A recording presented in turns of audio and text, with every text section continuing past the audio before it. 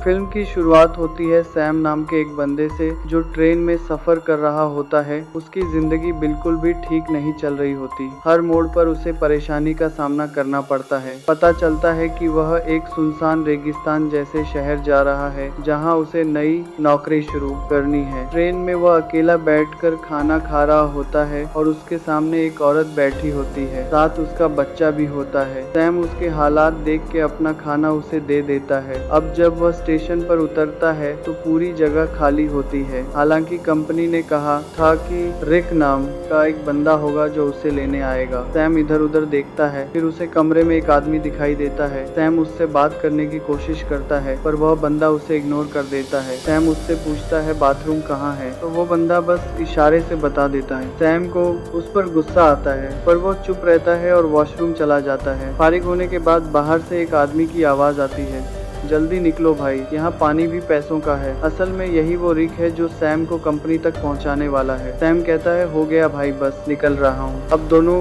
गाड़ी में बैठते हैं और कंपनी की तरफ रवाना होते हैं। रास्ते में रिक बोलता है तुझे 300 देने होंगे ट्रेवल के। सैम चौंक के कहता है यार कंपनी ने तो कहा था 200। रिक गुस्से में कहता है अगर 3300 दे सकता है तो ठीक, नहीं तो उतर जा। सैम सोचता है कि कोई दूसरा रास्ता तो है, नहीं तो वो मान जाता है। थोड़ी देर बाद गर्मी बहुत ज्यादा हो जाती है। सैम एसी ऑन करने की कोशिश करता है। रिक तुरंत गुस्से में कहता है हाथ मत लगाना एसी को वरना इंजन बैठ जाएगा। अचानक गाड़ी का टायर पंक्चर हो जाता है। रिक खुद कुछ नहीं करता और सैम से कहता है चल टायर तू बदल। सैम मजबूरी में टायर बदलने लगता है। इसी दौरान वह देखता है कि एक कुत्ता दूसरे कुत्ते को मार रहा होता है। यह देखकर सैम बहुत ज्यादा डर जाता है। रिक आता है और कहता है ओ भाई कांप क्यों रहा है, ये होता रहता है। फिर वह जख्मी कुत्ते को खुद मार देता है ताकि उसे और तकलीफ ना हो। सैम बड़ी मुश्किल से टायर बदलता है। फिर दोनों वापस गाड़ी में बैठते हैं। रात को फ्यूल भरने के लिए गाड़ी रोकते हैं और वहीं रात गुजारने का प्लान बनाते हैं। दोनों लकड़ियां जमा करते हैं, आग जलाते हैं। रिक पूछता है तू इतनी दूर कंपनी क्यों जा रहा है? सैम कहता है यार जिंदगी बहुत मुश्किल चल रही है, मैं चाहता हूँ किसी का मोहताज ना बनूं और मुझे यकीन है कि उस कंपनी में मुझे कोई अच्छी जॉब मिल जाएगी। रिक कहता है तू एक अच्छा इंसान है, लेकिन जिस जगह तू जा रहा है ना वहाँ सब खून चूस लेते हैं, सीधा बंदा वहाँ बचता नहीं। सैम कहता है चलो देखते हैं क्या होता है। अगले दिन फिर सफर शुरू होता है। अब सैम ड्राइव कर रहा होता है। रिक सो जाता है। गर्मी ज्यादा होने की वजह से सैम चुपके से एसी ऑन कर देता है। थोड़ी देर बाद इंजन बैठ जाता है। रिक जाग जाता है और सैम पर गुस्सा हो जाता है। ओ भाई मैंने तुझे कहा था ना एसी को मत छेड़। वो गुस्से से गाड़ी से बाहर निकल जाता है। सैम भी उतरता है और रिक से माफी मांगता है। रिक को और गुस्सा चढ़ जाता है, बोलता है चुप कर तेरी आवाज ना सुनूं। इसके बाद सैम पेशाब करने जाता है। थोड़ा दूर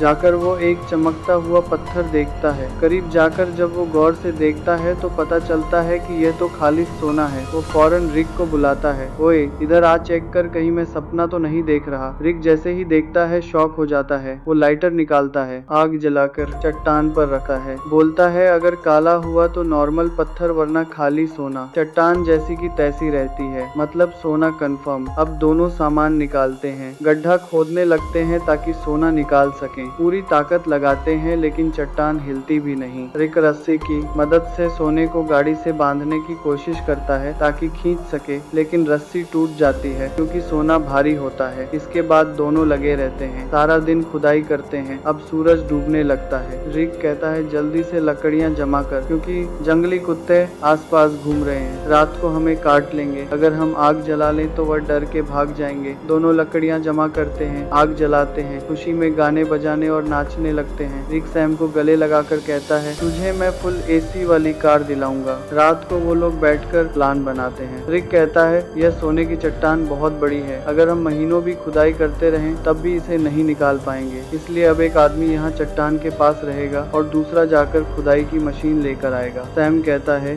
भाई तू जाकर ले आ, मैं चट्टान का ध्यान रखूंगा। रिक कहता है नहीं भाई तू जा, मैं चट्टान के पास बैठूंगा, ये रेगिस्तान है, हर तरफ जंगली जानवर है, तू ये बर्दाश्त नहीं कर पाएगा। सैम कहता है कोई बात नहीं, तू मेरी टेंशन मत ले, मैं सरवाइव कर लूंगा। तू वैसे भी चोर है, हो सकता है तू सोना लेकर भाग जाए, तुझ पे कैसे भरोसा करूं। रिक कहता है ठीक है भाई, मैं जाता हूं, तू सोने का ध्यान रखना। अगले दिन वो लोग राशन बांटते हैं। रिक सैम को एक सैटेलाइट फोन देता है ताकि दोनों आपस में कांटेक्ट में रहे। रिक कहता है मेरे एक दोस्त के पास खुदाई की मशीन है, वही लाऊंगा, बस दुआ कर गाड़ी रास्ते में खराब ना हो, मुझे वापस आने में 5 दिन लग सकते हैं। और फिर वह चला जाता है। सैम सोने पर मिट्टी डाल देता है ताकि अगर कोई इधर से गुजरे तो सोने को देख ना सके। वह एक छोटा सा टेंट भी लगा लेता है चट्टान के पास और अपना सारा सामान उसके अंदर रख देता है। सूरज डूबने से पहले वह लकड़ियां इकट्ठा करता है ताकि रात को आग जला सके। रात को वह आग जलाकर बैठ जाता है, खाने में से थोड़ा सा खाता है और बाकी रख देता है। अचानक उसे जंगली कुत्तों की आवाजें सुनाई देती हैं और उसे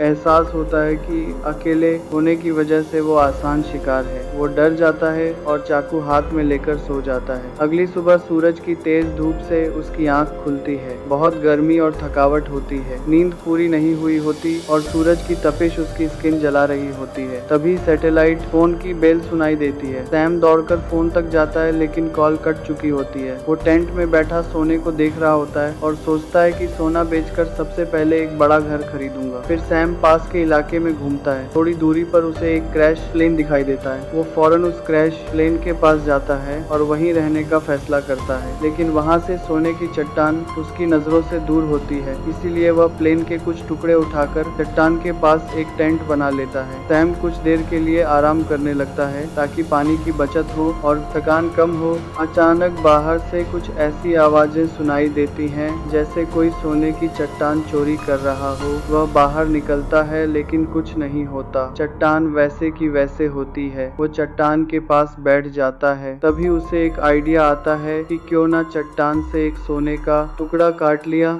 जाए। सैम पत्थर उठाकर सोने को तोड़ने लगता है और वह सोने का एक बड़ा सा टुकड़ा तोड़ने में कामयाब हो जाता है और उस पर से मिट्टी साफ कर अपने पास रख लेता है। इसी दौरान रिक की कॉल आती है। सैम बोलता है ओ भाई तू है कहाँ? सूरज ने मेरा हाल बुरा कर दिया है। रिक कहता है यार इंजन खराब हो गया है, थोड़ा लेट हो जाऊंगा। सैम कहता है जल्दी कर, प्यास से मर जाऊंगा। रिक कहता है मुझे आने में थोड़े दिन और लगेंगे और फोन काट देता है। रात को सैम आग के सामने बैठा होता है तो कुत्ते चारों तरफ से आवाजें निकालने लगते हैं। सैम को डर लगता है कि कहीं सब कुत्ते एक साथ हमला ना कर दें। वो हाथ में जलती हुई लकड़ी पकड़ लेता है ताकि कुत्ते भाग जाए। वह रात भर कुत्तों के डर से जागा रहता है। सुबह होती है, वह सोना चाहता है लेकिन सूरज ने उसकी खाल जला दी होती है। दर्द से वह सो नहीं पाता। वह पानी पीने जाता है लेकिन पानी भी बहुत कम बचा होता है। इतने में वह देखता है कि एक सांप उसकी तरफ आ रहा है। वो उसे मारने की कोशिश करता है ताकि खा सके, क्योंकि खाना भी लगभग खत्म हो चुका होता है। लेकिन सांप को मारते वक्त पानी की बोतल गिर जाती है और बस थोड़ा सा पानी बचता है। फिर वह दोबारा प्लेन वाले एरिया में जाता है। उम्मीद करता है कि शायद कुछ खाने पीने को मिल जाए। तभी वह देखता है कि दूर से एक इंसान आ रहा है। वह फौरन अंदर जाकर प्लेन में छुप जाता है, लेकिन वह इंसान प्लेन के पास आ जाता है और सैम को बाहर आने को कहता है। करीब आकर पता चलता है कि वह तो एक लड़की है जो उससे बात करना चाहती है, लेकिन सैम उससे बात करने को तैयार नहीं होता। लड़की पूछती है तुम यहाँ बैठकर क्या कर रहे हो और यही जगह क्यों चुनी? सैम कुछ नहीं कहता, बस चुप रहता है। थोड़ी देर बाद सैम लड़की से कहता है कि वो इस प्लेन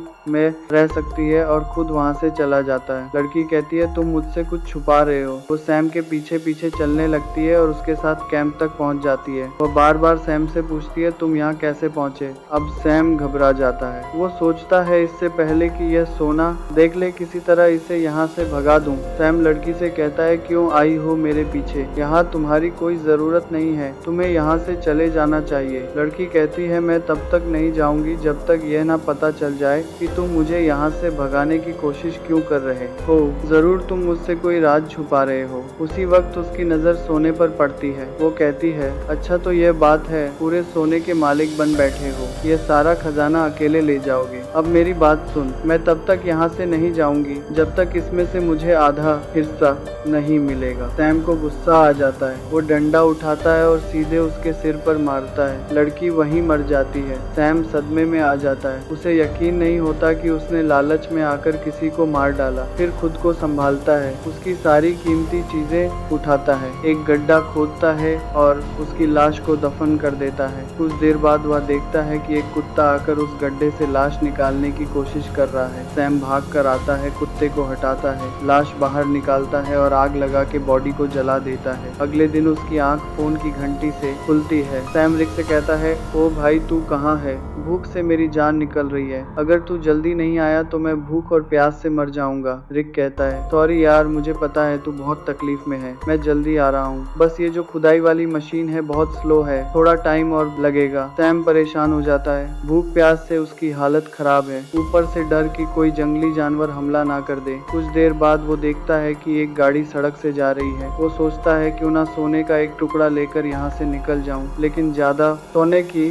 लालच ने उसे रोक लिया। वो चाहता तो सोने का एक टुकड़ा लेकर जा सकता था जिससे उसकी जिंदगी बदल सकती, लेकिन ज्यादा की चाह ने उसे यहीं रुकवा दिया। सैम शाम से पहले रात के लिए लकड़ियां इकट्ठा करता है, लेकिन अचानक एक बहुत तेज रेतीला तूफान आता है। वो टेंट की तरफ भागता है, लेकिन तूफान उसका टेंट उड़ा देता है। सैम जान बचाने के लिए इधर उधर भागता है, लेकिन तभी एक पेड़ उस पर गिर जाता है। तूफान रुकने के बाद सैम खुद को मिट्टी में दबा हुआ पाता है और एक लकड़ी का टुकड़ा उसके पेट के आर पार निकला होता है। पर सैम के मन में सोने की लालच इतनी भर चुकी थी कि वह पेट से लकड़ी निकालने के बजाय सीधे सोने की जगह की ओर जाता है। वो चारों तरफ सोने को ढूंढता है और आखिरकार एक टुकड़ा मिल ही जाता है। सैम खुशी से झूम उठता है। फिर वो अपने पेट से लकड़ी निकालता है और जख्म से बहुत खून निकलने लगता है। कपड़े का टुकड़ा लेकर जख्म बांधता है, लेकिन खून रुकता नहीं। मजबूरी में वह आग जलाकर एक डिब्बे का टुकड़ा गर्म करता है और जख्म पर लगाता है। इससे सैम को इतनी तकलीफ होती है कि वह बेहोश हो जाता है। थोड़ी देर बाद होश आता है। उसे हर तरफ वही लड़की दिखती है जिसे उसने मारा था। अब उसका दिमाग घूमने लगता है। उसे समझ नहीं आता कि यह सच है या फिर वहम। तभी फोन बजता है। रिक कॉल करता है। सैम चिल्लाता है, यार वो लड़की हर तरफ दिख रही है। रिक बोलता है, कौन सी लड़की? देख, किसी को सोने के बारे में पता ना चले, अगर किसी को पता चल भी गया हो तो उसे मार डाल। लेकिन सैम की हालत इतनी खराब होती है कि वो किसी को